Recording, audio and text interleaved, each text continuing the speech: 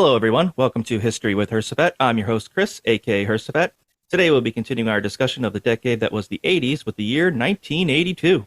The views shared on this podcast come from your everyday, ordinary people. My hope is that it will give you a unique perspective on history. For future podcasts, we'll be doing the years 1983 and 1984. Don't forget to like, comment, and subscribe to the channel. Your support is greatly appreciated. All right, with us today, we have Brad and Nick. Yes. Mm-hmm. Oh, yeah. Hello, guys. Hello. Yeah, so good to be back. Absolutely. Oh, thank you. You're welcome. Wow. Okay. Is that the same crowd? Yep, they just stick around. Same They're very crowd. loyal. They are our loyal fans. Yep. Absolutely. They follow us around everywhere. Absolutely. I like it. The bloopies. All right. Well, groupies. Oh, my. Okay, real quick. One time we were playing a gig at a local festival, and my mom goes into we're playing under this tent. There was a handful of people there, right?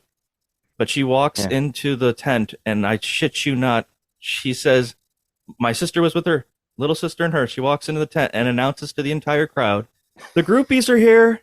The groupies are here.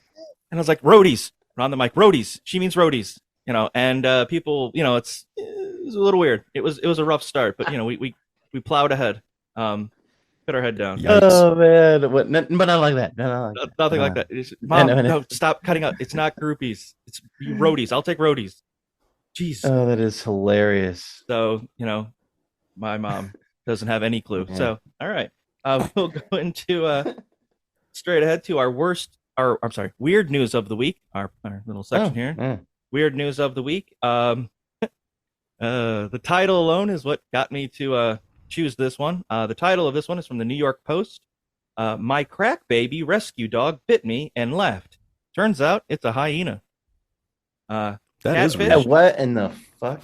Read that again. My crack baby rescue dog bit me and left. Turns out it's a hyena. It was a hyena.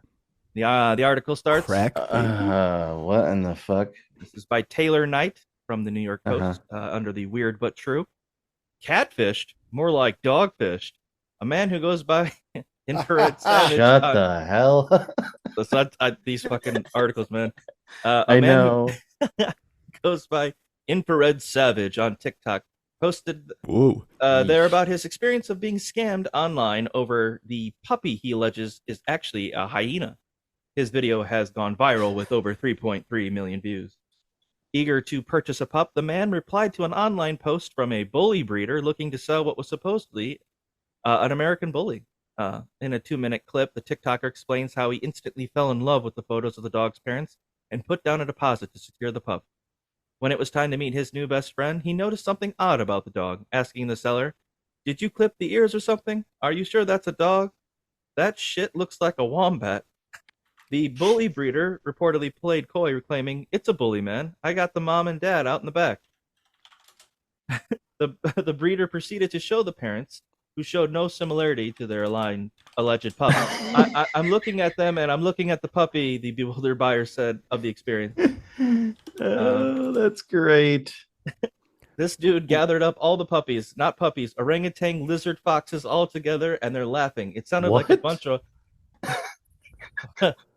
This is a direct quote. It sounded like a bunch of hoes gossiping.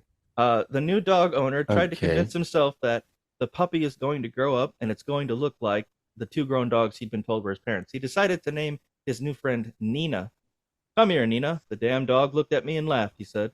"I was so scared, wondering what the fuck is he laughing for? And not just any old animal laugh, it was humanly. If you've never heard a hyena laugh, it is quite something. The man imitates the dog laugh in the video, sounding similar to a hyena or Scooby-Doo. The seller was determined to complete the sale by dismissing the buyer's concern, saying the dog will get over that phase. It's a bully. The hyena-like dog gave one big laugh and bit me on the leg. "Hard as hell, bro," the man said. "I don't know dogs. I didn't know dogs had crack babies. This is exactly what a crack baby dog would look like." The video has over 12,000 comments with people reacting to the unusual pet scenario. The whole thing had me cackling like a damn hyena, commented one person. "This story is 10 times funnier after looking up how a hyena laughs." Some people expressed their concern for the man. "Hyenas laugh when they're threatened or under attack, so I'd be very careful." One viewer wanted to know if the TikToker brought the alleged hyena home, asking, "You still got the hyena?" Made it to the article. The man did not disclose if he left the crack baby dog with the breeder, but from his dismayed reaction, the chances seem high. This is not the first story of a hopeful pet owner being bamboozled while trying to buy or otherwise adopt an animal. One Massachusetts family rescued what they thought was a lost puppy, but was actually a baby coyote. A family in China. This one's really good. A family in China faced a similar situation, adopting a dog, only discovered 2 years later that it was actually a bear. All right. 2 years. These people need to get their animals straight. 2 years. Something's strange. Something is off about this dog, guys. Yeah, it's climbing trees and stealing picnic baskets. Yes. Big fan of honey. Where's no pants? So, this guy initially asked like something about it being a wombat. Right. I think he said he looked like a wombat. It didn't look like a dog. Right. So I looked up all these animals that he was told it was a bully dog. Yeah, American bully. So yeah, an American bully looks nothing like a wombat, and neither of those look anything like a hyena. So I don't know what the fuck is going on. That whole story is fucking crazy. Yep. The title alone, that's a clickbait. Yeah. But whatever. My crack baby rescue dog. I was like, hold on, I'm sorry, what? I didn't know crack babies had rescue dogs. And it sounds like right. Okay. It sounds like now that I know the story, I mean that is absolutely clickbait because come on, it's like an out of context title. Oh, absolutely. Like the biggest out of context title ever. Intentionally written so you get confused as to what's the crack baby. Is it the rescue dog or is it your baby's a crack baby? Right. Yeah. You're gonna say something. Hey, and it worked. That title worked. Totally worked. Totally worked. Made it on his. We all got bamboozled. Yep. Yeah. All right. Well, that will do it for our weird news of the week. Thank you, groupies. I think those are sympathy claps, right? It's probably a mixture. They're a hard crowd to read. Yeah. Sometimes it's sympathy. Sometimes it's elation. Right. Yeah, see, I don't know. Are they excited? Like, are they happy? Oh, they're definitely happy. Yeah, they're happy. That was booing, actually, I guess. Oh, okay. No. They're happy. It sounded to me like they were angry. Yeah, but if I heard that again, I feel like it'd sound upset. I think you hear what you want to hear. Oh, God. These fucking kids. Get them out of here. That's the cheering. Yeah. This program is not for children. No, it's not. No, it is not. No, definitely not. We will now move into the timeline portion of the podcast with our timeline of 1982. Up to Schultz, 5 seconds left in the game. Do you believe in miracles? Yes! Unbelievable. Remember this face.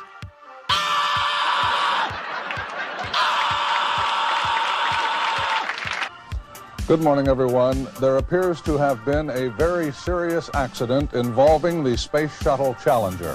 What you talking about, Will? Good evening. Millions of people mourned the tragic death of John Lennon today, the young and the middle-aged. There has been a nuclear accident in the Soviet Union, and the Soviets have admitted that it happened. The Soviet version is this. Where's the beef? Astonishing news from East Germany, where the East German authorities have said, in essence, that the Berlin Wall doesn't mean anything anymore. Afternoon, everybody. No!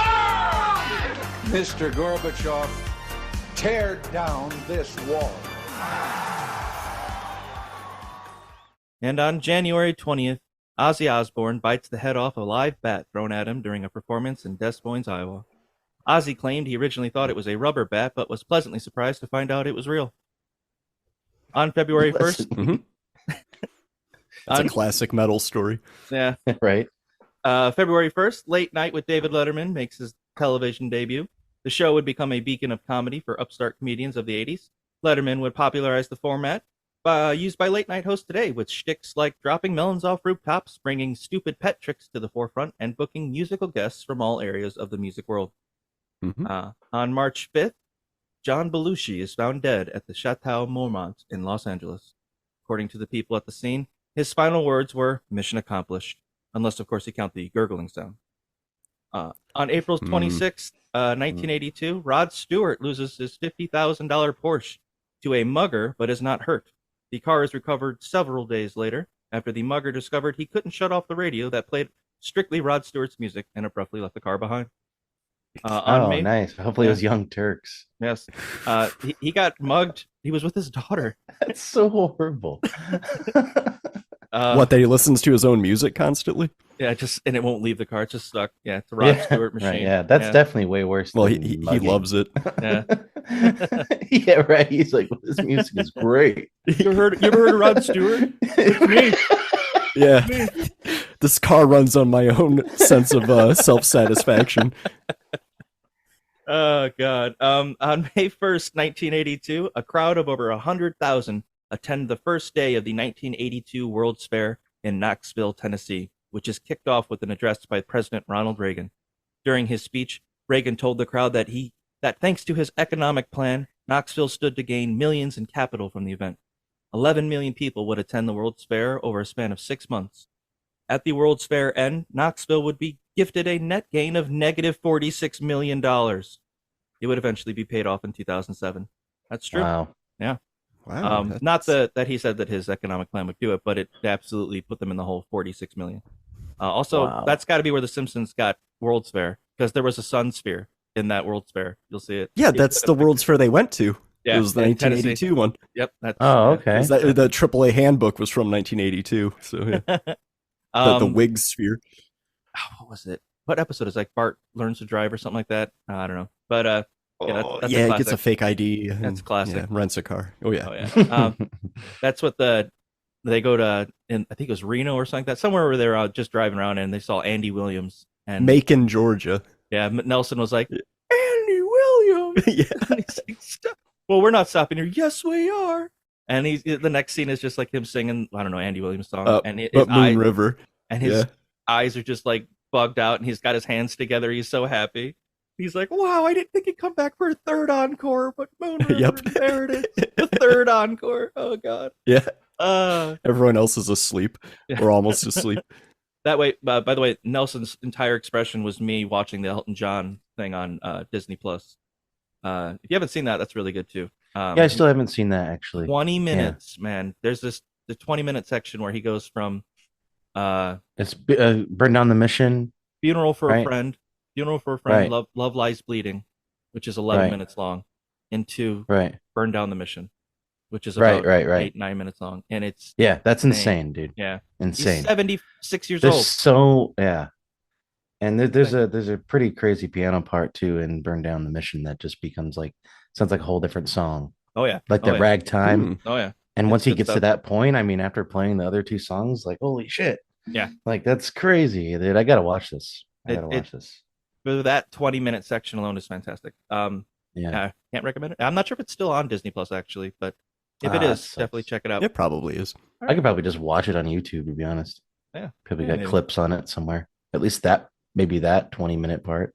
Yeah, maybe, or you get 2 10-minute videos, something like that. Right. All right. On June 21st, 1982, John Hinckley is found not guilty by reason of insanity. The jury were deadlocked for nearly 72 hours until it was discovered that Hinckley was genuinely surprised Jodie Foster didn't find his love offering of shooting President Reagan to be romantic. That was all they needed. July 23rd, during filming of The Twilight Zone, the movie, actor Vic Morrow and 2 child actors die in a helicopter stunt accident in California. It was found out later that the 2 child actors were hired illegally. After a 9-month trial through 1986-87, director John Landis and 3 others were acquitted of manslaughter. Steven Spielberg was an executive producer on that. I learned this from watching some videos on YouTube. Him and Jonathan Landis were good friends, and not anymore after that, after his whole handling of that whole spiel.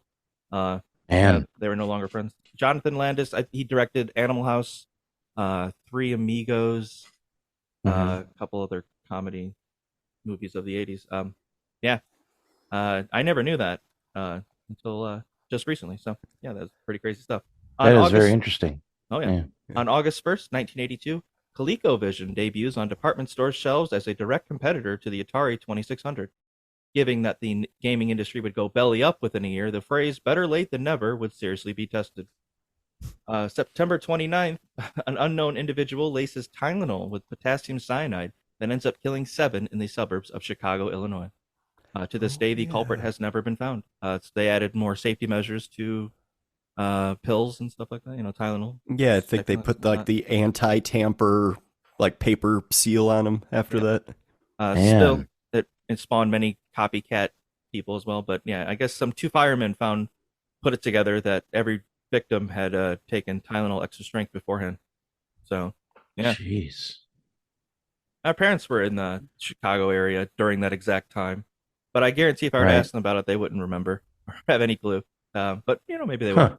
Maybe they will. Right. On October 4th, 1982, the first Betty Ford clinic opens in Rancho Mirage, California. A little over a week later, Ronnie Reagan would take the approach on drugs to 11 by declaring war on them. Later in the month, the public, with tears in their eyes, asked the First Lady what they should do if offered drugs. Nancy's response: just say no. Her advice would prove invaluable, as the entirety of the American public had simply never thought of that. On November 13th... And the war wages on today. Yes, it does. It's going on right outside my apartment, actually. Lots of gunfire and explosions. Oh, yeah. I can hear the air raid sirens right now. Yep. People saying, if you'd only just said no! Just say no! Why doesn't anybody say no? Oh, yeah. Just say no! Well, now I'm wondering, like, who would be the factions? Be like the army against what? The drugs themselves? Yeah. Like just they're shooting up bags of pot and bottles of pills. Yeah. They're like encroaching up on like some like marijuana plants. Oh yeah, there you go. Yeah. Taking them out silently from a distance. I got a shot. All right, take it. Yeah. Oh, all right. On November 13th, 1982, 21-year-old boxer Ray Boom Boom Mancini defends his WBA lightweight title against the 23-year-old South Korean challenger Duk-Koo Kim. After 14 rounds, the ref calls the fight in favor of Mancini. Shortly after getting the victory, Duk-Koo Kim would collapse on the boxing ring floor, having suffered a subdural hematoma, slipping into a coma. Oh, shit. Ow. Damn. Kim would die 4 days later. After the fight, Mancini fell into a deep depression as he blamed himself for Kim's death. Kim's mom would take her own life only 3 months later. Oh, my God, dude. And on July 1st, 1983, the referee from the fight would also take his own life. No way. No. What the fuck? Man, this is a downer episode so far. That's dark. Yeah, that whole thing, Holy I was fuck. like, damn. Like, wow. It just kept getting worse. I was like, that's got to be like the worst outcome for a fight ever. Just like if all the fights they could probably, we could have done without that one. That's probably good, right. nomination. Wow. On December 26, 1982, the magazine Time released their Man of the Year award, which is, of course, given to the computer. That's right, the computer for Man of the Year. If it makes you feel any better, shortly after 9/11, Time magazine's Man of the Year was leaked and revealed to be Osama bin Laden. Also in 1938, Hitler.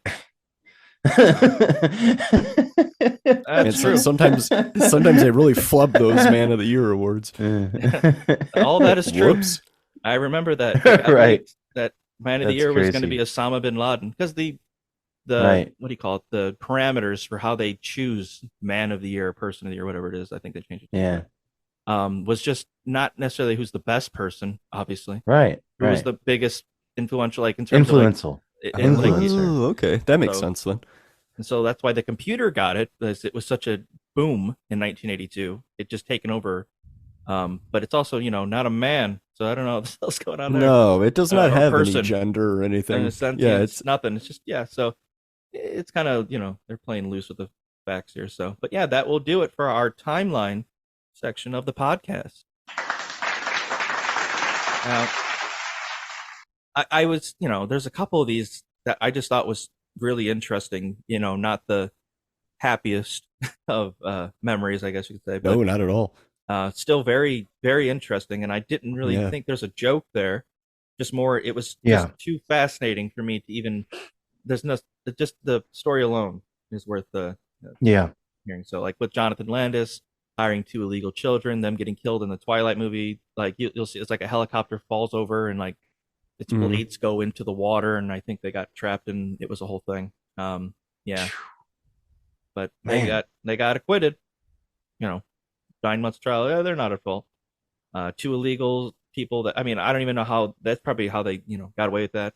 It's almost like, remember when studios used to hire children, like orphans, and it was like they were owned by the studio, a person, like Mickey Rourke or something like that, Or the original Alfalfa, the little rascals. yeah, exactly. You killed the original Alfalfa. Like they calls him that. Turns out, turns out Alfalfa was owned by the studio. Oh, okay. Yeah, so I got out of that. But that will do it for the timeline. So thanks, guys, and we'll now move into our entertainment section of the podcast with movies of 1982. I am your father. Fuck you, asshole. Inconceivable. That's right, boys. It's Dr. Venkman. When this baby hits 88 miles per hour, you're gonna see some serious shit. Nice fucking model! I work for Dick Jones! Dick Jones! Game over, man. Game over. Yippee-ki-yay, motherfucker. Kalima. Here's Johnny. And for the top 10 movies in terms of gross for the year 1982, number 10 was Chariots of Fire. Yeah, with all the guys running on the beach in slow motion. Yep. Fantastic. Absolutely. That's that entire movie, right? That's pretty much Just all I that. know about it. Yeah. I mean, that's all I've ever heard about it or seen. When people who have seen it, that's all they know about it. That's number 9 was The Best Little Whorehouse in Texas. I believe that stars Dolly Parton. Yeah. Well, I would curious to see how they won that. Was that an award? What do they have to get to be the best little? Is it a 5-star whorehouse? I'm not sure. 5-star. Probably something to find out. But yeah, that was number 9. That was the 9th highest grossing movie of 1982. Number 8 was Poltergeist. Cool. Oh yeah, it's a classic. Any scenes from that stick out to you still? Something that you like? They're here. Right. Yeah. That creepy like psychic lady who's like 3 feet tall. Right. There's that. I know Spielberg was like a producer of it. He had his fingers in it. Didn't they? So this is the movie the skeletons where are real skeletons. Yep. Yeah. Yep. They're real skeletons. I've heard of that. Human skeletons. They use real ones. They didn't tell the actress that it was real, but she found that out much later. There were many problems with the production of this movie. And I believe the little girl died shortly thereafter. Something happened to her. Yeah. There's a lot of weird stuff that people, obviously it's, a movie supernatural. They're thinking there's something. They've upset some demons here. The satanic panic was beginning to begin full effect here soon. So Poltergeist. Yeah, then the scene with the guy looking in the mirror and as he rips his face off. Right? Oh. Isn't that in there? I've never seen Poltergeist. I was never interested. I think with me already with supernatural movies, it's really hard for me to even care. And the fact that it's 1982, so I know like the special effects aren't going to be good. Maybe a movie to laugh hold at. up. Oh, well, It's because Spielberg had his fingers in it, so they got the top-notch special effects for the time. Oh, that's true. Like mostly practical stuff, I believe. I remember the clown in the room with the little boy. It had like long arms and it like wrapped him up or something. It was creepy. That's kind of what I remember, like scenes like that from the movie. Nick, have you ever seen Poltergeist? Yeah, I saw it. I've seen it twice, and I saw it recently, past few years, I guess. But yeah, it was great. Like I liked it when I was younger, but it's even better watching it again as an adult. Yeah, maybe I'll give it a shot. If you haven't watched, I was gonna say if you haven't watched it in a while, I'd recommend watching it again. All right. Number 7 in terms of highest grossing films of 1982. Number 7 was Star Trek II: The Wrath of Khan. Khan. Yeah. The whole thing. Yeah. Where Spock dies at the end. Spoiler alert. Yeah. Then I think in the newer Star Treks they reversed that role and Kirk dies at the end and Spock is the one on the outside of the glass. Yeah, I believe so. They reversed that whole thing. Really? Yeah, they did. Yep. So like it's the movie with Benedict Cumberbatch. He's in it. He's Khan. Are you talking? Oh yeah, are you talking about Chris Pines, James the T. new Kirk. the new like Yeah, the J.J. James Abrams Cameron ones. or the J.J. Abrams. Mhm. Yeah, the J.J. Oh, Abrams. I see. Yeah, they switched him up. Yeah, I Yeah. remember now. Yeah. Yeah. Number 6 for top 10 movies of 1982. Number 6. Well, by the way, that Star Trek 2 was universally considered the best Star Trek movie, at least maybe of all time. Maybe of all time. So if there was ever a Star Trek movie to watch, I suppose Star Trek 2. Also, Khan in the movie. I can't remember who he's played by. He was on a TV show. I think it might have been like Love Boat or something like that. But Ricardo Montalban, I think. His chest is What a fake. name. It's rubber. His chest is rubber. Oh yeah. Yeah. People like women were like, "Oh man, look at that guy. He's got some nice pecs there." And then you realize it's fake. What the fuck? Yeah. So just big rubber chest. All right. Let's see. Number 6 in terms of gross. Number 6 was Star Wars 4: A New Hope. Re-releasing once again. Yeah. Like they released the movie, they re-released it before Empire Strikes Back, and they're re-releasing both of them again before Return of the Jedi, which I believe is next year. Yeah, it is. Number 5, top movie, grossing movie of 1982, made my worst movies of the year category for 1981. Porky's. Yeah. That movie sucks. Yeah, move on now. How did it? Oh my god. Yeah, it's 1982. Number 4, An Officer and a Gentleman with Richard Gere. There's a scene where he's like, "I got nowhere else to go," and he's like, crying or whatever. "I got nowhere else to go." That's all I know about that movie. That's all I know about that movie. Number 3 was On Golden Pond. I don't even know what that is. Never even heard of it. I've heard of that. On Golden Pond. I don't know. The top 2 are the ones to talk about. Number 2, the second highest grossing movie of 1982 was Rocky 3. Rocky 3 with Clubber Lang, Mr. T. He's like, "Hey boy, hey, I'll fight you, my boy." It's just like, "Don't get him right, hey Rock." And the old Mick dies in that movie. Rocky, yeah. And he's like, "No, Mick, yeah, Mick," and he's like riding around in his Trans Am after Mick dies, and there's like this montage, this music plays in the background. He's not paying attention to the road at all. He's driving like 100 miles an hour and just blankly staring ahead. It lasts for a good, I think it played the entire song. So it's like a 4.5 minute section of just Rocky driving around, having like flashbacks from Rockies 1 and 2. Damn. Yeah. Chris, you should act out the whole movie. Yeah. I'll get some popcorn. Yeah. Okay. I'll fight you, Club LA. Hey boy. It's just over and over again. There was one time he was like doing like I can't remember, they were like unveiling a statue or something with Rocky involved, and he just shows up at the press release. "I'm gonna fight you, Balboa. No one wants to fight me." And it's just like, what the fuck's going on here?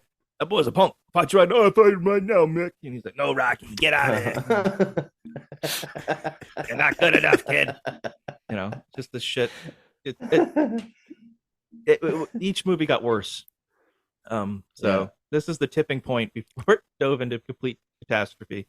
So you bet against Rocky? Yeah, and Rocky. Hindsight's 20/20, my friend. And the number 1 movie of 1982. Any guesses? Give me about 3 seconds. 82? I don't know. All right. E.T. E.T. Oh, the extraterrestrial. Yeah. Love that little guy. Thoughts? First time seeing that movie. Do you remember anything about first time seeing it, or at least one of the first memories? Just awesome. I was always scared of E.T. Yep. He's a fucking terrifying little creature, especially when he gets sick. Right. It's all like, yeah. Like, good God. He's like gray, and then all those astronaut guys show up. Yeah. Right. Yes. That scared the hell out of me. The beginning when he's like, the little kid's like, "Guys, I saw something out there in the shed," and they're like playing cards or something like that in his house. Yeah. That whole thing like creeped me out when I was a kid. I was like, "What is going on?" Sure. Here? I was scared. Yeah. I remember watching bits and pieces of it when I was a kid, and then again when I was older. And that's a sad fucking movie. That scene where he's just like, E.T.'s like dead, and he's, "What are you doing, my friend?" Just like, oh god. And then he comes back to life, and it's like, go, Elliot, go. Gets him on the bike, and you've got that classic scene of where ET Right. just somehow has the power of levitation or flight. I don't know what he's right. waddling around. He's got magic. Why is he waddling around if he can do that? Just float He's able around. to do some anti-gravity stuff in stressful situations. Right. Why didn't he just float away when they were coming after him? Going, sorry, going. I don't know. That's just an idea. Yeah. I know. Throwing it out there. Great score by John Williams, of course. Oh, fantastic! Absolutely. I mean, yeah, that movie's great. Oh, it's definitely a classic. It's a classic. Absolutely. Yeah. Oh, that's absolutely. It's the top movie of 1982. Right. Well, maybe not. Maybe not. Maybe it's top 1A. I'd say it's a classic movie. That scene where he's in the blanket, he's on the basket, and the kid's bike, and he takes off, and he goes by the moon. Became like Amblin Entertainment's like whole thing. Yes, it did. It's a classic film. One of the best. Fucking of Spielberg. He did it again. That bastard. Right. I mean, he will continue to do it again. Yes, for the rest of the decade and on. It, Drew Barrymore's first movie? I believe so. You're right. Yeah. It was the highest grossing movie of all time until about 11 years later, in 1980 or 1993. Any guesses as to what movie broke that record? Was it Jurassic Park? Correct. Yeah. So Spielberg breaks his own record. Film. Yeah, he's awesome. And then after that, obviously, what movie took over for highest grossing? Titanic. Yeah. And then that held it until James Cameron with Avatar. Yep, and that's pretty much how it goes. But yes, E.T. the Extraterrestrial, phenomenal film, absolutely worth a watch. Now my personal film selections of 1982. There's a few. Well, I'd say about maybe close to half of them I've not seen, but I've wanted to see because I've heard nothing but good things. There's First Blood, the Rambo movie, the very first one. That's classic. Oh yeah, I love that movie. Yeah, they do First Blood. You know, he's just like that whole movie. That was a good movie, and then the sequel is First Blood Part 2, Rambo or something like that. Rambo First Blood Part 2. It's so confusing. It's so like the naming scheme. Yeah, to call it First Blood to start off with, just call it Rambo for one. That'll save you some time. Then you can do Rambo, Part 2, Rambo. Well, they should have never done any sequels. That's true. Because they just turned him into a killing machine. Right. Yep. When he, in First Blood, he's a guy with like PTSD and. Yep. So it's really it's a really sad story, and that asshole cop hassles him. Yep. Yeah. It's really a good one. Yep. Another personal film selection for 1982, maybe the best movie of 1982, maybe the best, Blade Runner. Oh yeah, Blade Runner. Yeah. That was this movie. That was my 1A with E.T. Right. Such a good movie. They haven't done a remake. They did a sequel, right? Like Blade Runner 2049. Yeah. Which is also that excellent. One too. Yeah, that was good too. Is it a dream? Is he not an android? Is he what do they call it? Replicant. Yeah. Is he? At the end of the movie? No. I mean, it depends on which version of the movie you watch. That's true. There's like 3 different versions. Well, the unicorn, like an origami unicorn. I can't remember. That's like signifies something. I think that's what it was. I can't remember exactly. Well, it depends on what version you watch, but in some versions, he has like this unicorn dream. Oh, okay, it's a dream. And then somehow that guy knows about it. And makes a little origami unicorn, I think. I'd have to rewatch it. The ending scene, the speech that the villain of the movie gives. Yeah. That's an all-time Be classic. lost in time, tears and rain. Yep. Yeah. Time to die. Yeah, very good. Probably I would say watch that movie before E.T. But I like the very end where, he's gonna leave with Rachel and here's what his buddy said to him. It's like she won't live, but then again, who does? Yeah. And he just kind of nods, and then he goes in the elevator and the doors close, and it's that sweet synthesizer music. It's like just like fuck yeah, Blade Runner. Yeah. The aesthetic of that film, everything, the music, really, really well done. Ridley Scott, right? Ridley Scott. Right. Yep. Yeah, Ridley Scott. Yeah, just really well done. All right, I'll move on to another personal film selection. And I believe isn't that based off of a book? Yes, the author actually died this year in 1982. Philip K. Dick. Yep. Do androids dream of electric sheep? Yep. That is it's all based off that novel. He actually passed away in 1982. So yeah. Wow. I don't know if he got to see the movie or not. It wasn't clear. But yeah. From Philip K. Dick, novel from him. All right, we'll move on to another personal film selection of mine of 1982. Fast Times at Ridgemont High. This is a classic teen movie. Yeah. I love Spicoli. How could you not love Spicoli? Spicoli, yeah. He's great. The teacher, who's Spicoli, just gets under his skin. He's kind of a lunatic, but you kind of get where he's coming from. But then at the same time, he does it too far. I don't know. It was it was a more realistic version of what teens were going through in 1982 than I think had probably ever been shown in a movie. Wasn't this Nicolas Cage's first movie too? Maybe he was. I know he's an extra. I remember hearing he was like, he was an extra. It was like his first movie, and he was like in like the one of the fast food. Yes, workers. Yeah, under Judge Reinhold. Under Judge Reinhold's right. watch. But there's that whole scene with Phoebe Cates, who was like the it girl in 1982. There's that scene, that famous where's that song that plays that dun dun. The Cars, yeah. Bum, bum, oh yeah, she's like slowly coming out of the bum, pool, right? bum, bum. The slow motion thing. Yep. And she's like, Brad, I was. Oh yeah. And the guy's name is Brad. And he's like jacking off in the bathroom, and she goes and catches him, and he's like, "Doesn't anybody knock?" And her face is like, "Oh God." That whole movie, it's really good. It's worth the watch or two. Definitely worth watch at least. We'll move on now to another movie, personal selection of mine, 1982, 48 Hours, with Eddie Murphy. One of the first big breaks into Hollywood Eddie Murphy had. It did well. It pretty much set him on his path to Beverly Hills Cop and whatnot. So 48 Hours, I recommend that. Mad Max 2, The Road Warrior, another personal film selection of 1982. Mel Gibson. You know what? This next movie might be, goddamn. Okay, this might be one A for personal, like, top movie of 1982. The Thing. Oh yeah. Oh, of course. Yeah. I love that movie. I mean, what's the best part of that movie? What would you say? There's a lot of great parts. When he was trying to defibrillate the guy and his chest opens up and it's a big mouth and it eats his hands off. Oh, yeah. Then his head stretches off and has like little spider legs. And you see it like scurrying out. And Kurt Russell's like, what does he say? He's like, you gotta be shitting me. Something like that.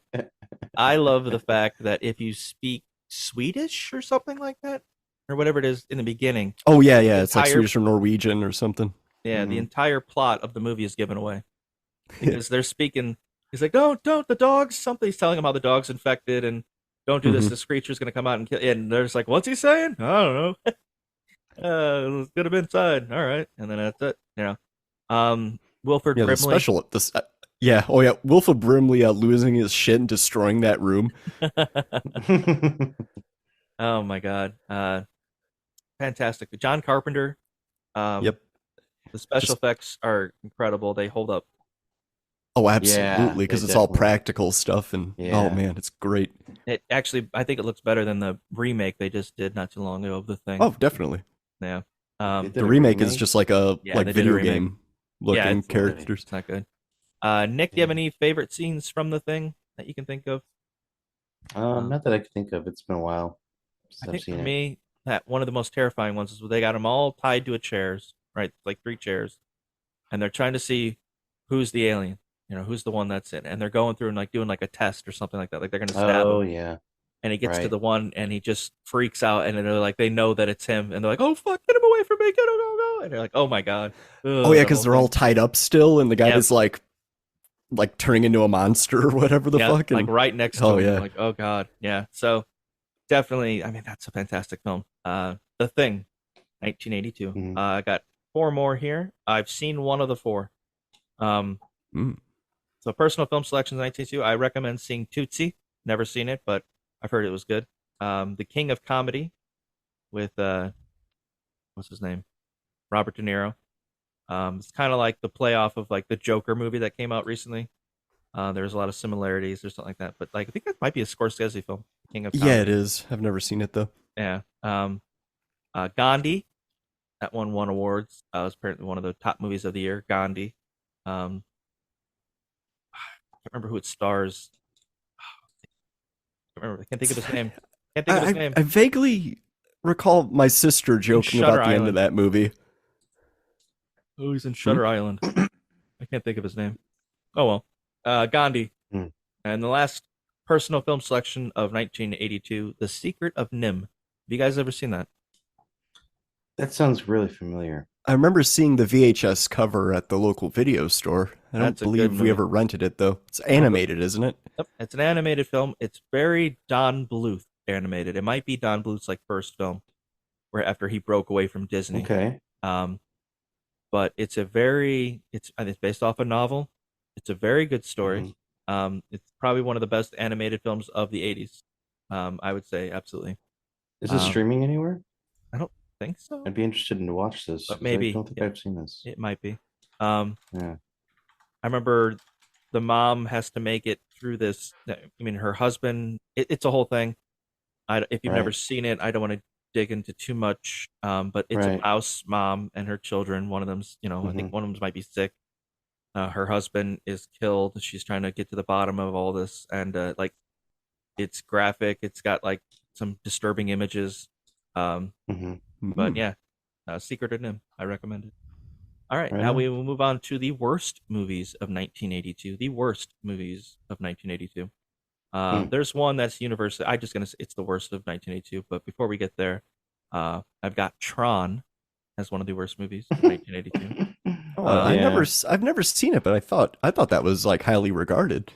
It may be, but for me, looks like shit to me. Oh, okay, fair enough. Someone put down Tron is one of the worst movies of 1982. It's a Disney movie that was ahead of its time in the special effects, but somehow managed to fall incredibly behind within a year or two. It was like, wow, this is amazing, and then it's like someone discovering like an Atari, right? Oh, it's great, and then they realized that the Super Nintendo had just comes out like a year later, and you're like, oh god, why am I bothering? Yeah, Tron. Another one of the worst movies of 1982. This movie just scared the shit out of me, and it didn't do well. It's one of Jim Henson's failures, I guess you could say. Even though, he'd probably agree if he was still alive. The Dark Crystal. The Dark Crystal. I have. It's just weird. I remember watching that as a kid. Yeah, it was very strange. It's weird and creepy, and it might be a good movie if you can get through it, but I couldn't.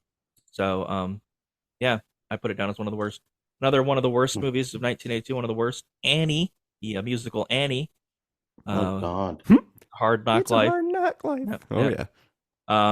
It's a really weird movie. There's some weird undertones to the whole thing. Problematic and whatnot. Oh no. Yeah. Annie. Another worst movie of 1982. Friday the 13th, Part 3. And I'm pretty sure like the first one came out in 1980. So they've made 3 movies in 2 years. It's like, fucking hell, man. Well, strap in for those movies. It's just easy. Just like, we got a camp spot near. Let's go near there. Okay, bring back Jason. Okay, cool. It's like the easiest way. I mean, if you're going to do a horror movie, there's no better way. I think you probably get it for cheap, too, to rent out like a camp property for like the weekend and just record a film. Yeah. Isn't that the one where he gets his hockey mask, though? I believe so. Yeah. So that's something. That is something. Yep. Never had a chainsaw, even though a lot of people say that, they always give Jason with a chainsaw, but he never used a chainsaw. No, he's machete. He's machete man. Yeah, he's a machete guy. All right, we got 2 more here. Again, I think the first one came out in 1979, but we've got Halloween 3, Season of the Witch. It's one of the worst movies of 1982. Yeah, it's underrated. You think it's underrated? Okay. Yeah. Is that the one? It's a totally different story. Right. It doesn't have Michael Myers in it at all. And so, I mean, that's the draw of Halloween. Yeah, it's got this evil company that I don't know why they want to kill kids, but they get like that they're like what do you call it? Druids or something. They have like little pieces of Stonehenge that they put into the masks. The kids wear them, and then when they watch the commercial, it like activates it, and their faces like melt and turn into bugs that crawl out of their faces, and that there's androids, there's like robot people at some point.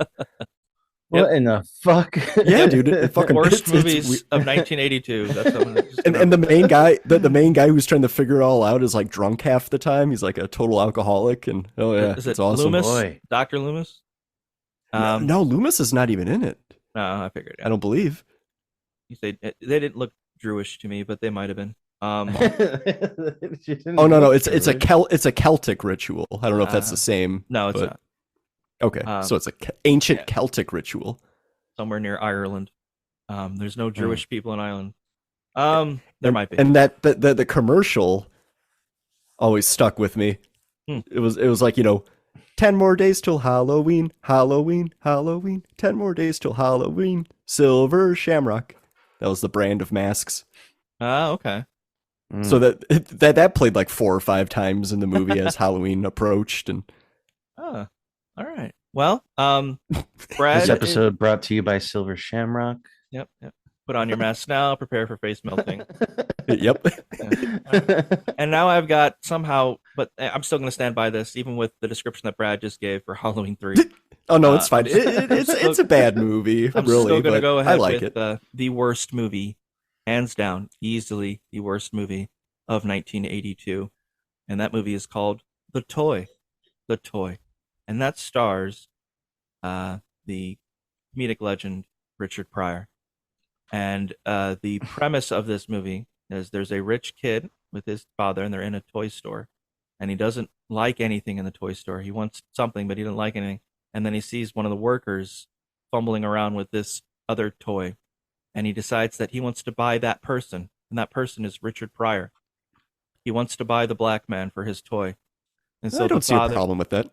So the father decides that this is a good idea and tells Richard Pryor to name his price. His son's name is Bates, and he calls him Master Bates. That's the name of the kid. Are you kidding me? I wish I was. This kid's name is Master Bates. I believe Richard Pryor's name is Jack. So it's like Jack Master Bates, as like they're trying to introduce each other. And they get into a whole bunch of hijinks. So yeah, The Toy. It's a black man that a rich white kid can buy. Richard Pryor. I like the. I still don't see a problem with that. I like how Richard Pryor's a marionette on the cover. Oh, good Lord. Oh man. Yeah. The worst movie of 1982, The Toy. I'm really excited because I've been watching like 80s centric, like revised, like remember this happened in the 80s. There was programs on VH1 that I loved to watch when I was a kid. Like I love the 80s, I love the 90s, all that stuff. There's I love the 80s.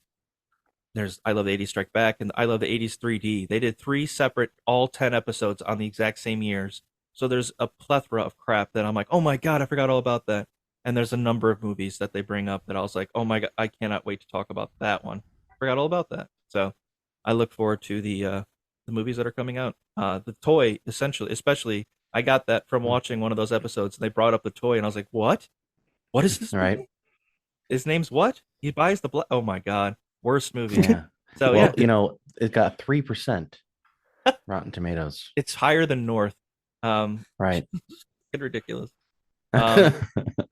All right, we'll now move into the that will finish us actually. That will finish our movie section of the podcast. I'm all excited it's over. All right. We will now move into the music section with music of 1982.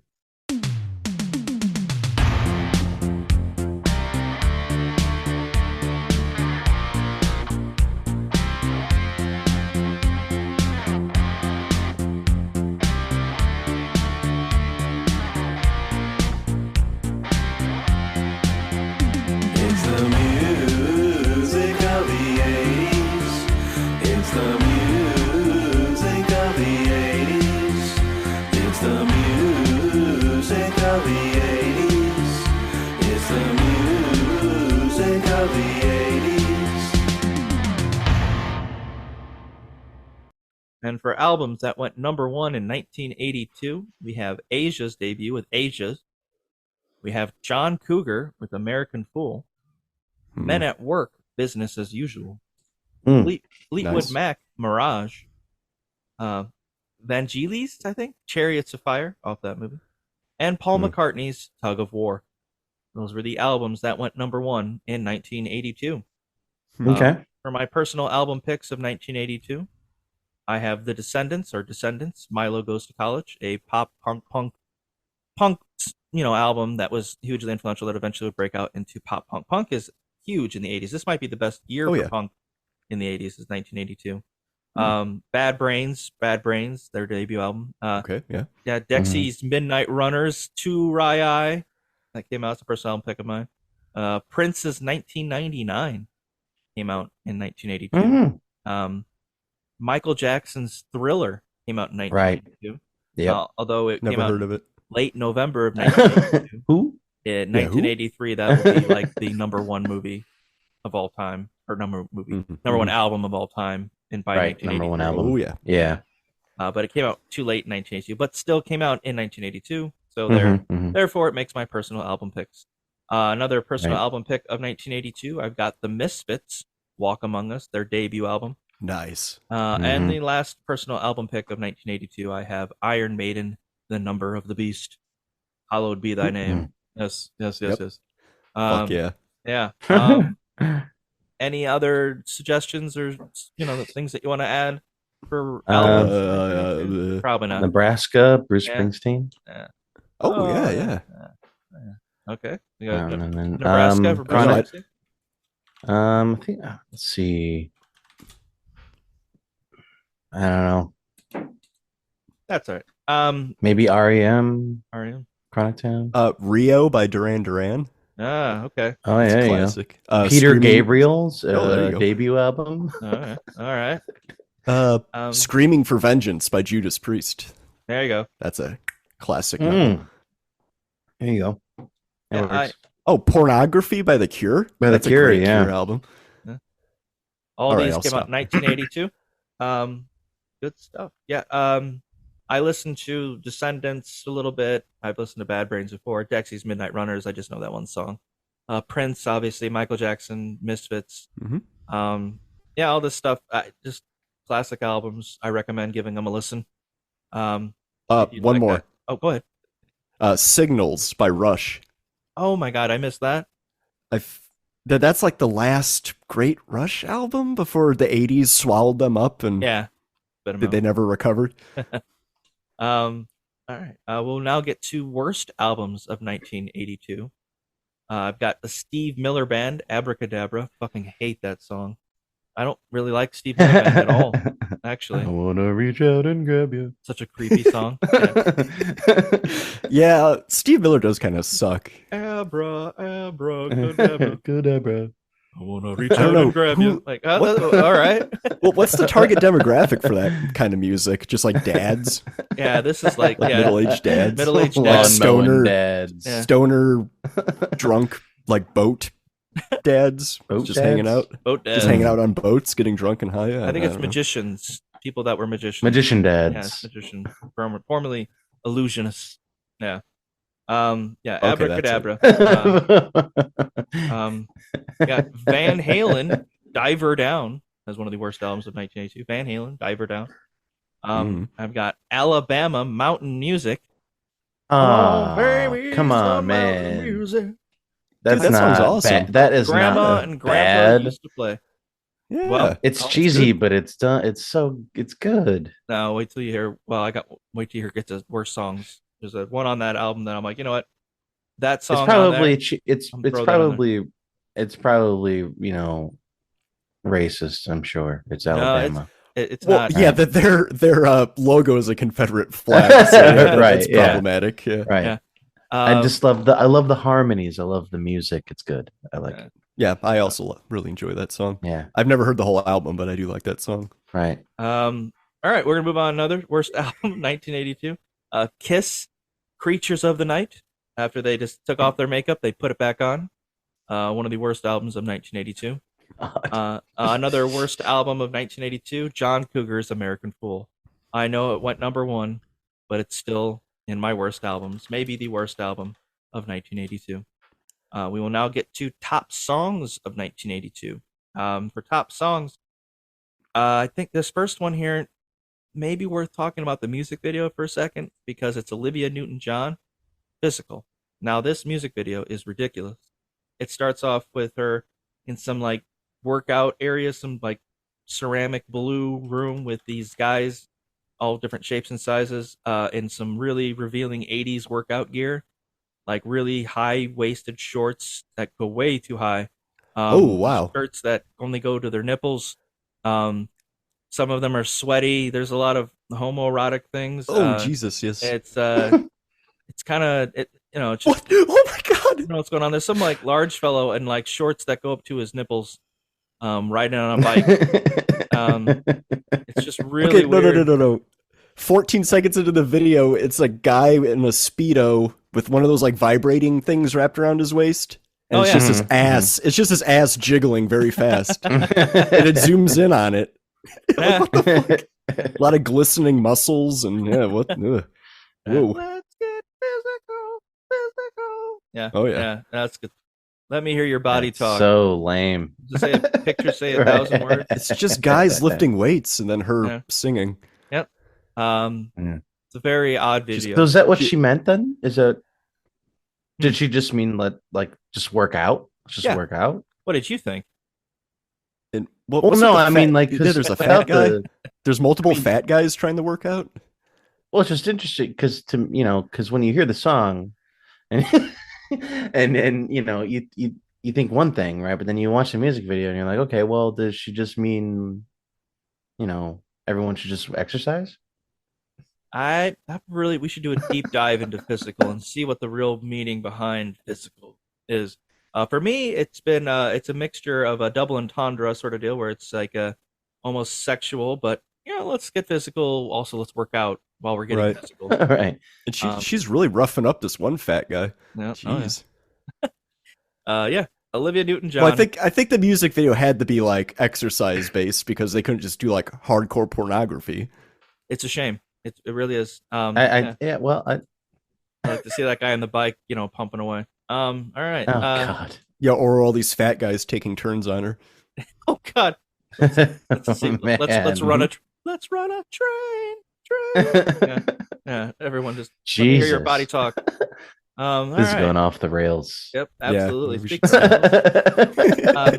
Let's move on now. Sweet Jesus, let's move on. We've got Survivor, Eye of the Tiger. I hate this song so much. Yeah, me too. Only because of the school we went to. That's Fuck. This stupid fucking song at every fucking basketball game. Because the school's mascot was a tiger, and there just has to be a song about a tiger that was used in a sports movie, Rocky. And so it's just one of those like, it's interesting because this song came out in 1982 and Rocky 3 came out. So this is even though like Eye of the Tiger is what people think of with Rocky, 2 movies had come out without Eye of the Tiger in the movie. So like even though that song Eye of the Tiger is thought of as Rocky's song, it actually came out in the 3rd movie. So I hate it. I like there's a video on YouTube where everything's in E, the key of E. Oh, yes, I forgot about that video. My favorite cover version of Eye of the Tiger. I love that. God. Rising up on the street. Just like this ridiculous, like what the hell? Yeah. Wait, what do you mean? Everything's pitched to E. Yeah. Okay, so it's just like the same note all the way. Yes. Yeah. Rising up. Got to the straight, like that sort of deal. Like it's so like gotcha. Oh, but it's my favorite one. It's my favorite one of all the Eye of the Tiger. Hate that song. Don't care for the band. Moving on. Joan Jett and the Blackhearts. I Love Rock and Roll. That song came out. I mean that's statutory fine, rape song. There we go. I hate that song. Yep, me too. I like Weird Al's version. I love Rocky Road. Oh yeah, well, ice cream, of course. That's great. That's the best version of that song. Yeah. Oh God. This one could have gone for worst songs of 1982, but I put it in for top. Not that I think it's a good song, but Paul McCartney and Stevie Wonder, Ebony and Ivory. Their attempts at curing the cultural divide, the racial divide between whites and blacks. Paul McCartney and Stevie Wonder, Ebony and Ivory. Which is like, well, they tried. Ebony and Ivory. You're like, oh yeah, it's just this happy little song. Everyone's like, you know what? They're right. Let's stop this. Didn't work. Shock. Number top song of 1982, the J. Giles Band, Centerfold. My love run cold. My memory has just been told. No, I hate that song. Me too. Yeah. Yeah. Right. Funny story. My upstairs neighbor was playing that song. Did you call the cops? I think it was right before she went out or something, because then it suddenly stopped and it was louder than usual. So I could actually tell. Like, oh god damn it! I don't know, man. That sounds supernatural. Fucking Centerfold's playing upstairs. Like shit. Yeah. Right. Leave a note. Leave a note. Jesus. Yeah. Please don't play that song. Don't you fucking play that song again, or bad shit. I mean, it's not like I could hear it really, but it was like it was super. You muffled. knew it. You knew. But yeah, what it I could was. tell. Yeah. Or put like "You Are My Angel" in the centerfold, and she'll stop playing that song. Oh yeah, she'll probably move out. Yeah. That'll do it. All right. Or the cops will show up. Hopefully she doesn't listen to this. Well, I'll delete the whole thing. Don't worry. Another top song of 1982. The Human League. Do You Want Me? The Human League. Do You Want Me? That's another top song of 1982. I'm not familiar. Do I don't think. You want me, baby? Yeah. Okay, yeah. I like that song. Don't you? Or maybe it's Don't You Want Me. That's probably why. Yeah, I think it's Don't You Want Me. No. Maybe. Yeah, maybe. Do not. Do you Do want not me? you want Do me? not you want me? Don't you want my baby? Don't you? Do not you want me? Do you not want me, baby? My centerfold. Do not want. I love Rocky Road. All right, very good. Another worst. Oh, I'm sorry. Another top song, but yeah, let's throw it in as also a worst. John Cougar, Hurts So Good. Oh, I fucking hate this guy. God damn these songs. this. Yes, These John are Cougar. some really good bad songs that you feel like these are holy shit. There's like one that's coming up. There's a couple that are coming up that are like, all right, yeah. Like you just like say the names of a lot of these songs. I just roll my eyes. Yeah. Oh, I know. Like I'm gonna go blind here. Hurts so good. Jesus. Don't feel like it's true. Yeah. You know what that song reminds me of? What does it remind you of? Because I'll tell you what it reminds me of. Go ahead. Stale cigarettes, white trash. I was thinking like white bread, stale white beer, bread. Yeah, skunk beer. Yeah, that's what it reminds me. Shitty, White trash shitty, people dancing, with the shitty smell outdoor of- barbecues, right? With the smell of fucking stale cigarette smoke and skunky beer. That's what it is. and mullets. That's the fucking song. Yeah. Mullets and trucker hats. Yeah. And Right? Yeah. Confederate exactly. flags. Yeah. Right. Yeah. Yeah. That's it. Yeah. That's pretty much spot on. That's what it kind of reminds me of too. I think John Cougar Mellencamp should have been eaten by a cougar. No, he's just John Cougar right now. Yeah. He was John Mellencamp. Then he was John Cougar. Then he was John Cougar Mellencamp. Now he's just John Mellencamp. And now he should be deceased. And now is the artist formerly known as John Cougar Mellencamp. Right. Yeah. I don't know. Artist in quotes. Yeah. All right. Yeah. Yes, I fucking hate that artist, that song, and the whole thing. All right. Another, we've already talked about this. We can move kind of past it real quick, but another top song of 1982 was Steve Miller Band's Abracadabra. Another top song of 1982, Soft Cells, Tainted Love. That's a good one. Come on now. That's a good one. Yes. Excellent. I like that breakdown. I love it in the middle of the song where it's like, where it goes back to that old 60s song. Where did our love go? Yeah. That's a really neat choice that they did there. Yeah. Yeah. So good. It is. Soft Cell, Tainted Love. One of the best songs of 1982. Another best song of 1982. I don't give a shit what you guys say, even though I know you guys will both agree with me. Toto's Rosanna. That drum fill at the beginning is classic. Mm-hmm. Oh, it's so good. That band's fantastic. Toto, they know what they're doing. Their songs are way more complex than I think people realize. Yeah, just ask Weezer when they tried to cover it. It was really hard.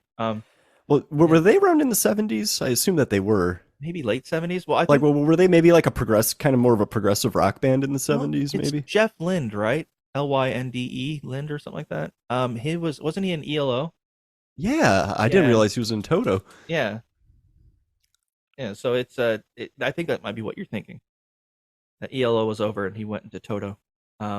Which is also because one of like Santana's backup guitar player, one of his like in the band Santana. Santana plays guitar and another guy plays guitar. Is also phenomenal. He went and played for Journey. He was Journey's guitar player. So they have some talent in that band as well. We'll move on now to another classic of the 80s, 1982. Tommy Two Tones, 867-5309/Jenny. Was told, I believe was told that you can't use a number because you can only use like 555. You know, he actually used a number that he saw on a bathroom stall, and that was somebody's number who they got tons of phone calls and eventually had to change it. It's just, no one with the number 867-5309 could have, maybe now, but maybe not. I don't know. But yeah, that's a classic. Another classic, Foreigner, Waiting for a Girl Like You. I've been waiting for a girl like you. Yeah. Another classic song. Willie Nelson's Always on My Mind. That's a classic. You're always on my mind. You're always on my mind. It's got like is he like falling asleep while he's singing it? Yeah. Got a little too high. Yeah. His guitar trigger it's quite something. The amount of upkeep it has to go through every year just to keep it from falling apart. It's really something. We've got The Cars' Shake It Up, another top song of 1982. The Cars' Shake It Up. Yeah, that's good. We got the 38 Specials, Caught Up in You. Yeah. We got Jesus. Here's a good one. This is a good one. Daz Band's Let It Whip. That's a good song. Fuck off, you don't like Daz Band's Let It Whip. Whip it, baby. Whip it right. Let it Oh yeah. Yeah. That's cool. Let it whip. Oh yeah. That's a good one. All right. We got Journey, Open Arms, another top song of 1982. Journey, Open Arms. Yeah. We got Stevie Nicks and Don Henley, Leather and Lace. That's a good one. That's a good top song. I liked Will Ferrell and I believe it's Dave Grohl, their rendition of that Leather and Lace. And I believe Will Ferrell was Stevie Nicks. Of course. You guys know that song, right? I don't have to like. I don't think so. Okay, so it's like I might. He's like what does it go? Lovers forever, face to face. So na. I need you to love me. I need you today. Yeah. I never heard it. Leather, take from me my lace. Yeah, it's I'm listening to it now and I actually don't recognize it. Man. Leather and Lace. Oh my god. Yeah, that's a top song in 1982. We got Asia's Heat of the Moment. The heat of the moment. Oh yeah. That song's okay, I guess. From their debut album. We've got two more here. We've got A Flock of Seagulls. I Ran So Far Away. There we go. That's like one of the essential 80s songs. Yeah. Where they just like going around at the haircut. Everyone had a Flock of Seagulls haircut. It's still like anyone with like a crazy ass haircut is just referred to as a Flock of Seagulls haircut. Yeah. Even if it doesn't look anything like it. That song, classic 1982. And my last top song of 1982, we've got Jackson Browne, Somebody's Baby. She's got to be somebody's baby. It was in Ridgemont High. Fast Times at Ridgemont High. That song was included in that. Yep. And that will do it for my top songs of 1982. Overall,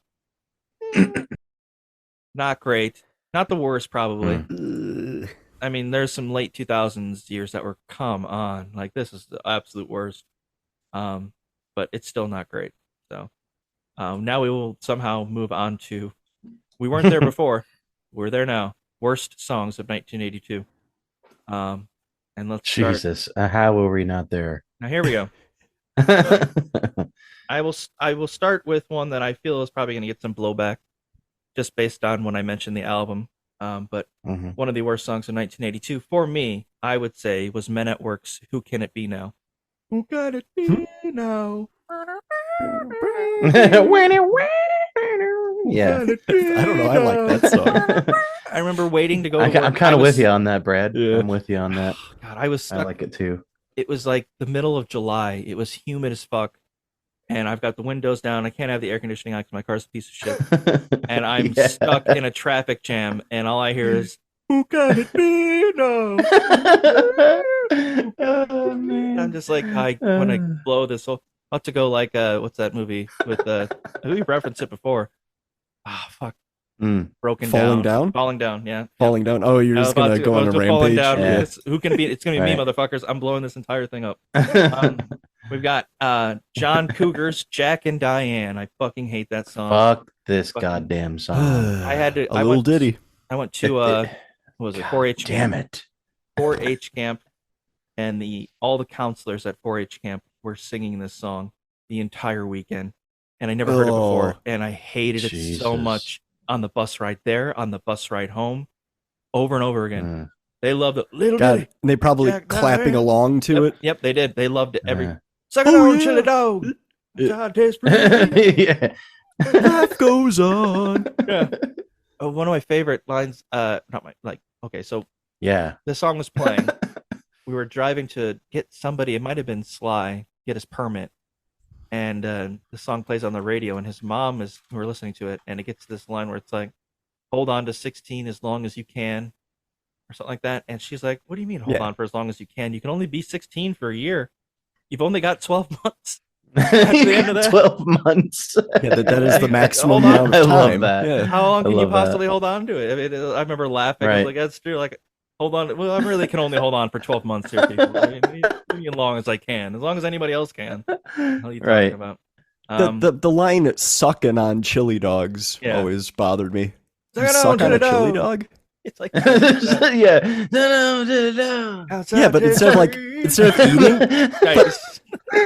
instead of eating and he's sucking on it. Yeah. Well, yeah. Do you just do you not chew it? You just suck it. He's a duck. Down. Yeah, right. Yeah, I don't know, man. Well, I think it's all euphemism for sex. I think the entire song is that, and it's basically like I try not to paraphrase here, but someone said that it was like two white trash kids destined to be just like their white trash parents. You know, that the whole story is about. Whoa, yeah, right, yeah. That these lyrics are Diane's sitting on Jackie's lap, got his hands between her knees. Yeah. Jackie says, "Hey Diane, let's run off behind a shady tree. Dribble off those Bobby Brooks. Let me do what I please." Yeah. Holy shit. Yep. Oh yeah, life goes on. Yep. Long after the thrill, living is gone. Living is gone. Yeah, I hate that song. Yeah, it sucks. Yeah, especially the whole. No. Yes, that part. I hate that. Yeah, I hate that little. I hate it. And the sweet the guitar breakdown where it's like, let it rock. Let it roll. Yeah, let it roll. Oh, let the Bible that. belt come down and cleanse my soul. Save my soul. Save my soul. That's Save my soul. Hold on to 16 as long as you can. Changes come around real soon. Make us women and men. And then there's that. By a studio drummer. I guess a studio drummer filled it in because they couldn't do it. That whole drum. Man, we're really going to a real deep dive into this shitty song. Well, I've had to hear this song for fucking years. I hate the song. Yeah, I've heard it way too much. Yeah, it reminds me of the white trash skunk beer Confederate flag. Yeah, it's the same thing. Cigarette. Yeah, yeah. Wasn't that the name of the album? White Trash Skunk Beer. It was originally that. They changed it. Right. Yeah. All right, we'll move on then to our another worst song of 1982.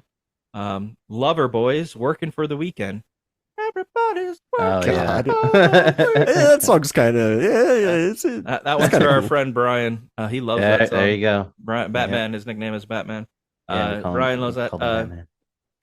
Lover Boys, like I can't remember what we were talking about. Like, what's your favorite song, Brian? Or Batman? Yeah. He's like, man, I really like Working for the Weekend. Like, what? You want a piece of my heart?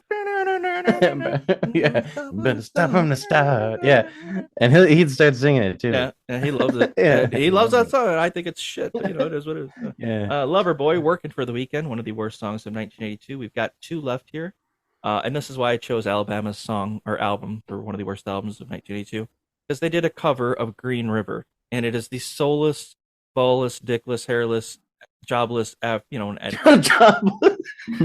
in Alaska cover of Green River. It is so bad. I cannot stand it. I gotta hear this. It's so bland. it's as bad as us doing it, so it just, come on, Alabama. Come on. Yeah. And my last worst song. Wait, what? You saying it was as bad as us?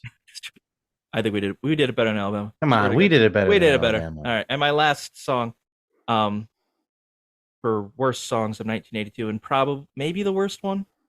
I don't know, because I'm thinking I might include Jack and Diane at the end of the podcast here, but maybe not. Maybe it's going to be Buckner and Garcia, Pac-Man Fever. That's right. Pac-Man had reached a fever craze so much that someone made a song about it, and it made it to top songs of 1982. Oh, you got to cash in on that Pac-Man fever. You got Pac-Man Fever, Pac-Man Fever. It's like, yeah, it's bad. It's corny. It's lame. It's not a good song. It's a terrible song. Ew. Yeah, it's gross sounding. Yeah, I might have Pac-Man Fever. It sounds like a shitty Casio keyboard did all the backing instruments. I wouldn't doubt it. So yeah, listen to the end of the podcast, which song is chosen. But leaning towards Pac-Man Fever, because that's just like a novelty song. So yeah. I don't want to hear Jack and Diane ever again if I can avoid it. All right. Well, that will do it for our music section of the podcast. Thank you. Hey, you're welcome. All right. We will now move into television of 1982.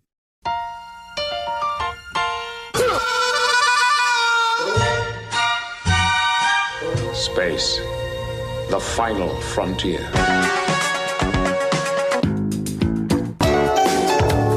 He's my friend, a whole lot more. Robots in the sky. Nothing's gonna stand in my way as long as we got each other. Thank you for being a part. Yo, Joe!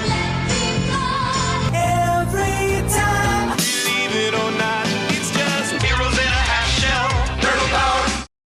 And for TV shows that debuted in the year 1982, we have probably the biggest one of the biggest shows ever, Cheers. Cheers debuted in 1982. Boom. Do. Yep, it's a really cheesy song, really, but the title song. But yeah. Classic I never really watched Cheers. I think maybe caught random little blips of it growing up.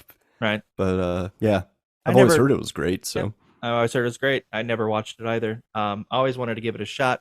As of right now, I'm kind of hooked on ER. So maybe after that. You are? You're watching that? Yeah, I've been on season 4 now. Oh, nice. Yeah. That's a good show. It is definitely.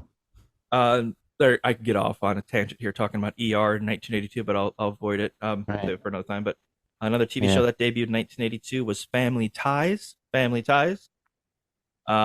Show called Newhart, Bob Newhart's show, debuted in 1982.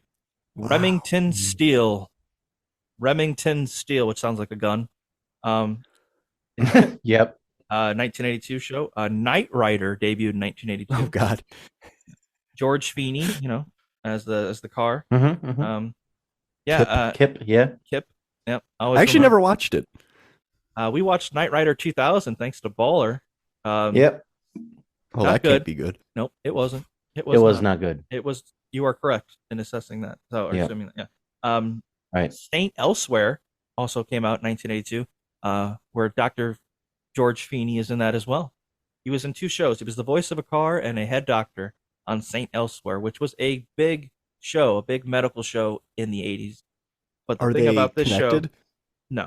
The thing about Saint Elsewhere, yes. The thing about Saint Elsewhere. You sure they didn't take his brain out and put it into the car? Here's how I know. Because at the end of Saint Elsewhere, it's found out that the entire show was set in the mind of an autistic child. Oh, it's that show. I've heard about that. The globe and the snow fell. Oh. Everyone in America's like, what? Amazing. What happened? What have we been watching? Yeah, I guess it's all in the mind of a child. All right. Shit, somebody somebody on another podcast that they connected a bunch of other shows to Saint Elsewhere. So it was like this whole universe of TV shows were all in the mind of that kid. Oh man. I could see it. I mean, when the premise like that, when it's already open for whatever, you can throw whatever in and it'll make sense, or you can make it fit. I think there's stuff like St. Elsewhere had a lot of like guest people from playing characters from other shows on the show, so they connected everything together. Something like that. Interesting. Okay. I could be totally wrong, but well, it's just one of the things about watching ER that I get a kick out of is seeing all the actors that I know nowadays. Oh my god, this must have been one of their first performances. Yeah, I had the same experience. Like Kirsten Dunst is like this kid named Charlie. I just saw Nick Offerman. Ron Swanson himself was in season 4, episode 1. He has like lines, yeah. And he's the same voice. It's almost as if Ron Swanson from the ER. It's hilarious. That's great. We'll move on now to another TV show that debuted in 1982, Silver Spoons. Silver Spoons debuted in 1982 with Ricky Schroeder, I believe was the kid's name. He got into some issues, child actor and all that stuff. T.J. Hooker debuted in 1982, a cop show with Farrah Fawcett and William Shatner, who apparently can't run. If you ever watch William Shatner run, it's hilarious. Oh, I bet that's fun. Yeah. That sounds amazing. A show that debuted in 1982, the show Fame, which is, I believe, like that. What's that title song? I'm gonna live forever. Yeah, Fame. Yeah. Square Pegs. Yeah, that. It's in our TV intro. Square Pegs. Yeah, Chris, you were like familiar with this show or something.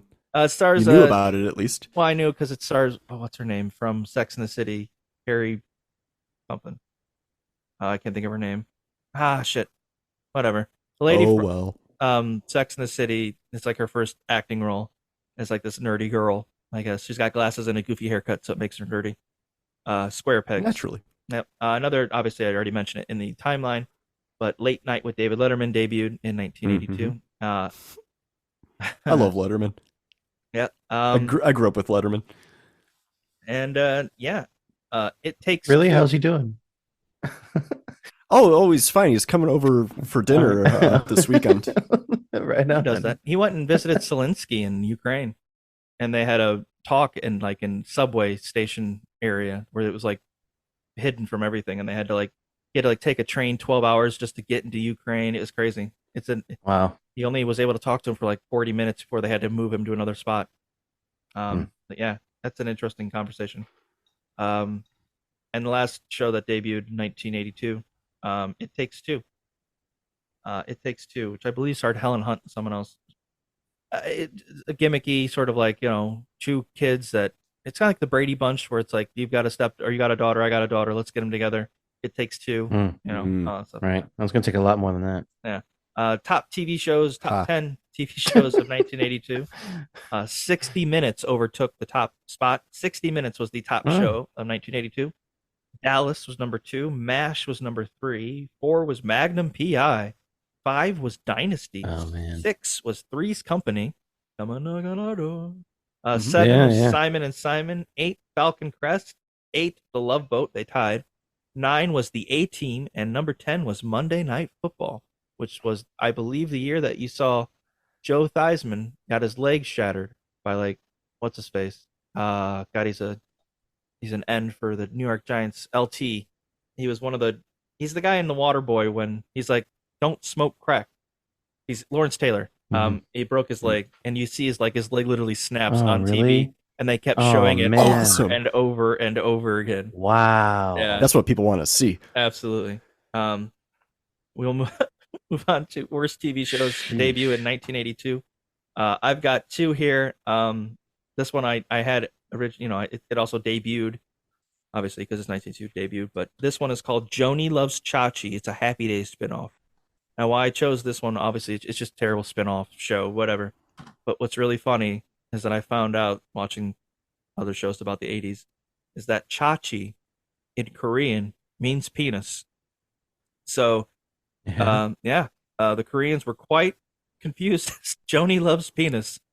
Confused and disappointed. Yes. As the rest of the world was, they just joined in their disappointment. But Joni loves penis. Or, I'm sorry, Chachi. Yeah.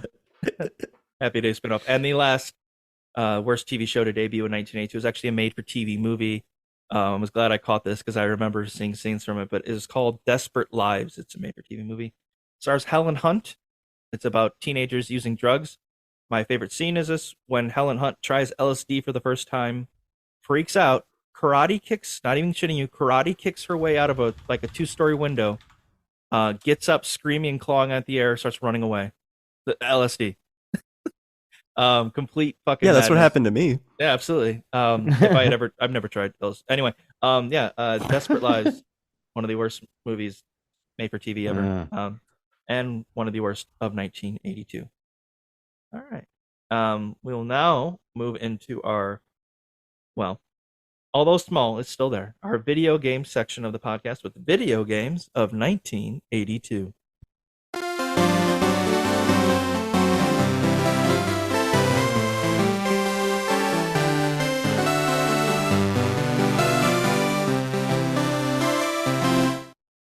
All right, and video games of 1982, all from Atari 2600. On August 20th, Pitfall was released. Pitfall, a big game. Yeah, that's kind of a classic game, isn't it? Yeah. On January 13th, Miss Pac-Man was released. Miss Pac-Man.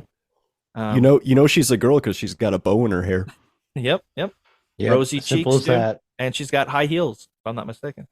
The anthropomorphic painting of her that was on the cabinet or whatever, making her look oddly sexy or trying to. Yeah, she wasn't sexy. I mean, they were trying to. I didn't find it sexy at all. On August 25th, neither did I, not at all. No, let's move on quick.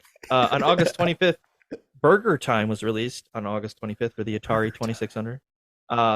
Donkey Kong Jr. was also released for the 2600 in 1982. And Indiana Jones Raiders of the Lost Ark was released in November of 1982. I played that one. That game is fucking terrible.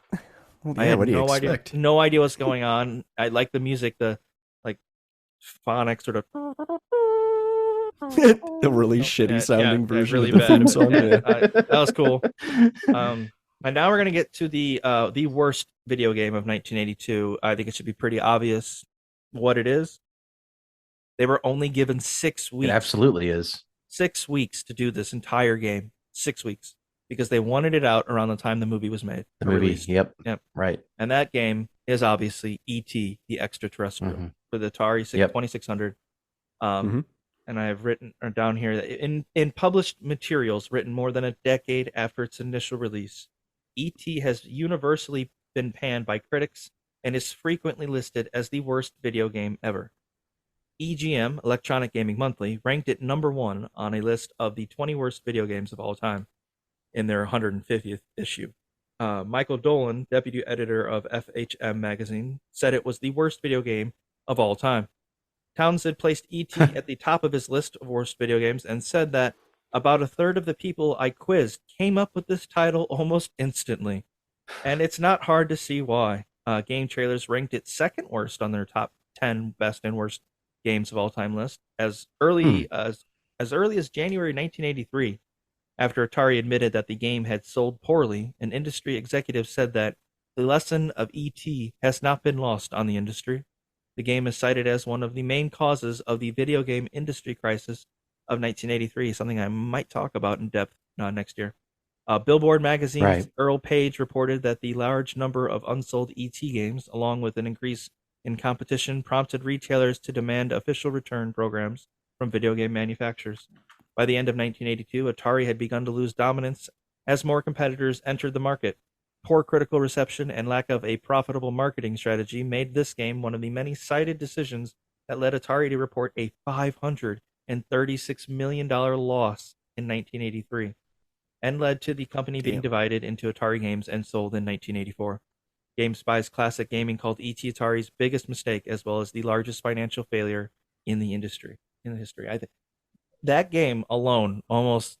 Can you imagine that nowadays? I mean, I got to think that at some point someone would have just made their own, and another company would have come along, like Nintendo did eventually. But even if that didn't happen, like let's say it completely destroyed it, and it was another 10, 15 years before video games were even attempted. Can you imagine that?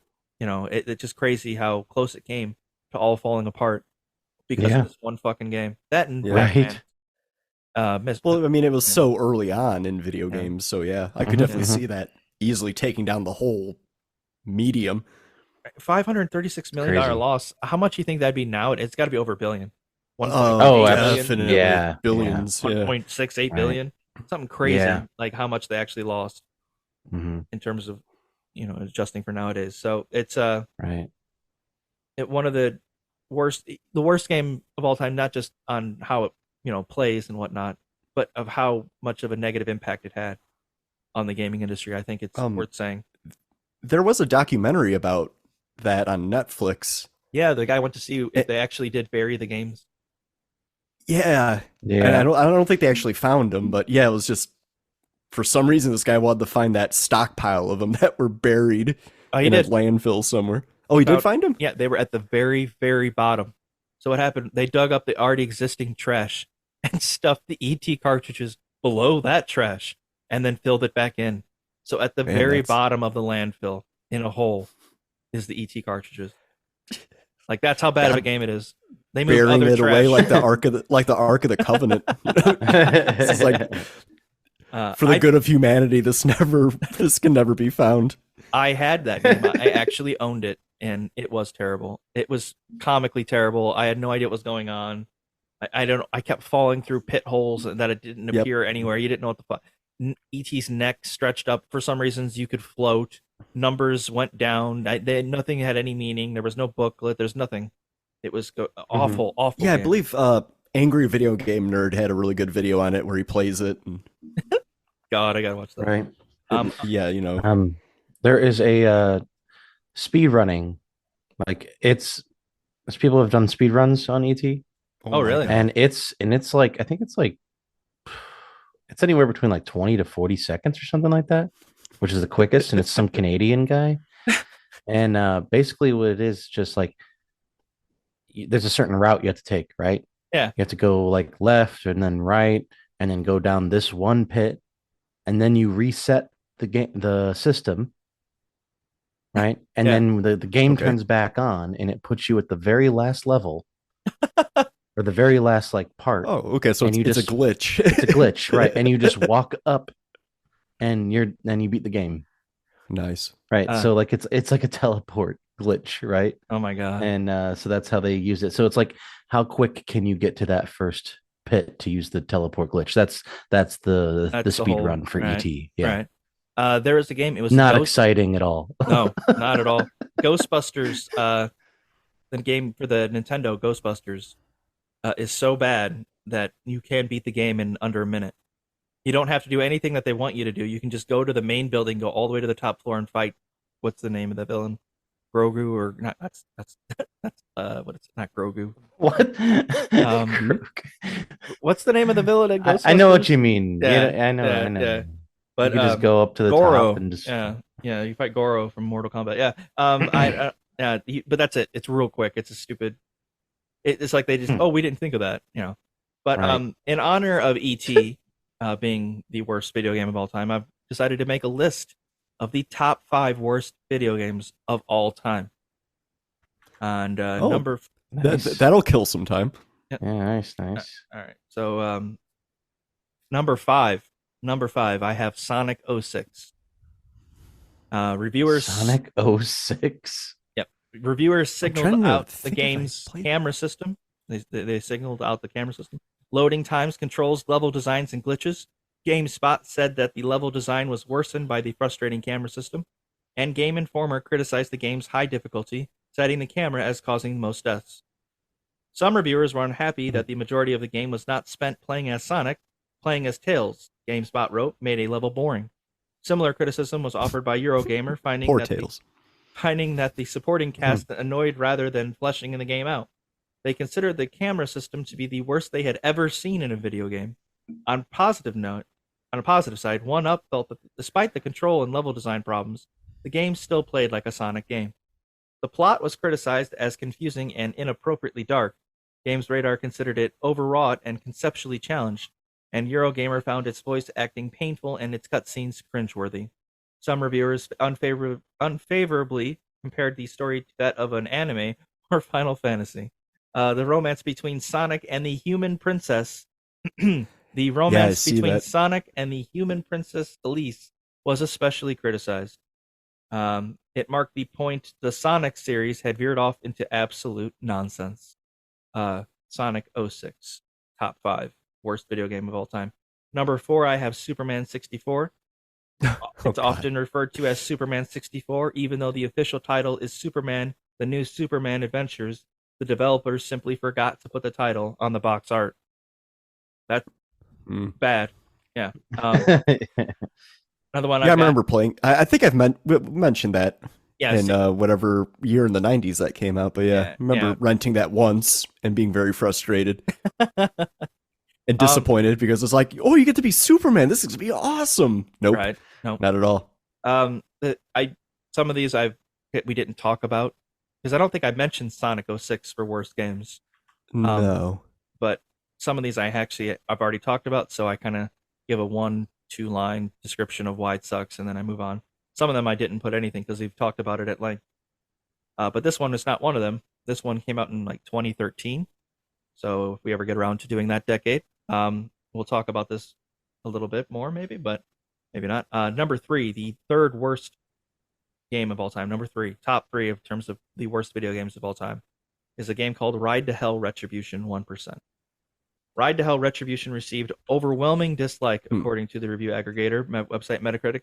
The site calculated weighted average ratings between 13 out of 100 to 19 out of 100, depending on the platform.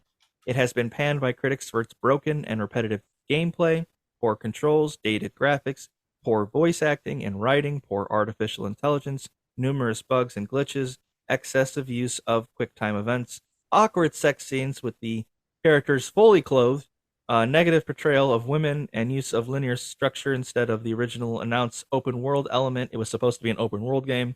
When people bought it, it was not.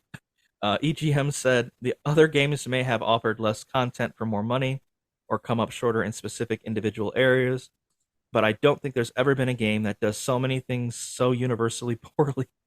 The site rated it 0.5 with no positive remarks about the gameplay. Jesus. Ride to Hell Retribution. You mentioned the sex scene. I found it. Yeah. And fully clothed, and they're like emotionless looking. They look like dolls that being banged together by a kid. Yeah, it's kind of like a weird World America Team Police. Yes, exactly. Yeah, it's fucking weird. Not a good game. I've always wanted to play it. Number 2 of the top 5 worst video games of all time would be number 1 if it had such a negative impact as E.T., but Big Rigs Over the Road Racing.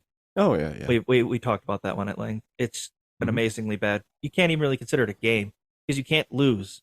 You can't win, really. I mean, you're a winner, I guess. You are a winner. You are a winner. But it's not really constitutes even as a game. That line always stuck with me because that's really funny because you really couldn't. What is this? What am I doing? There's nothing. There's no point. No one's racing against you. You're not racing against that. You can go backwards, forwards, through mountains, under the map. Doesn't matter. You can go backwards faster than you can go forwards. And the worst video game of all time is E.T. And E.T. Of course. And that will do it for my top 5 worst video games of all time. Thoughts, questions, answers? Nothing. Answers. All right. Nothing. That will do it. I got nothing. Nothing. All right. Well, that'll. Thank you guys. Thank you so much. That will do it for. Hey, no problem. Our episode. Anything for you, Hersefet. Yeah, no problem. Thank you. I appreciate it. That will do it for 1982. And with that, I hope you enjoyed listening to our conversation and will join us again for another installment of History with Hersefet. Don't forget to hydrate, exercise, and to like and subscribe to the podcast. All these things are essential for your health and well-being. Take care of yourselves and each other.